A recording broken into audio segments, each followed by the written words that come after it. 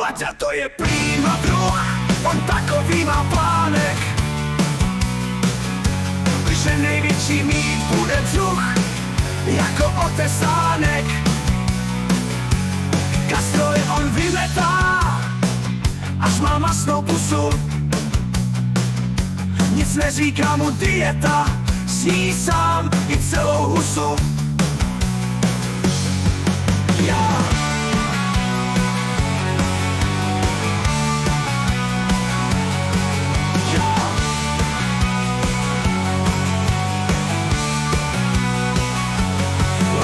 Je jasná věc, že je Láďa všežravec.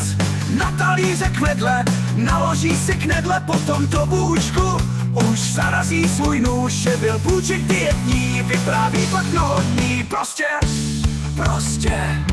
Láďa to je prýma druh, on takový má plánek, on takový má plánek, že největší mít bude břuch, jako otesánek.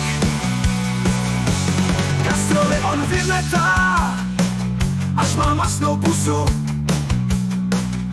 Nic neříká mu dieta, sní sám i celou husu. Na talíře kvedle, naloží si knedle, potom do bůčku už zarazí svůj nůž, že byl bůček dietní, vypráví pak mnoho dní. Prostě Láďa to je prýma druh, on takový má plánek.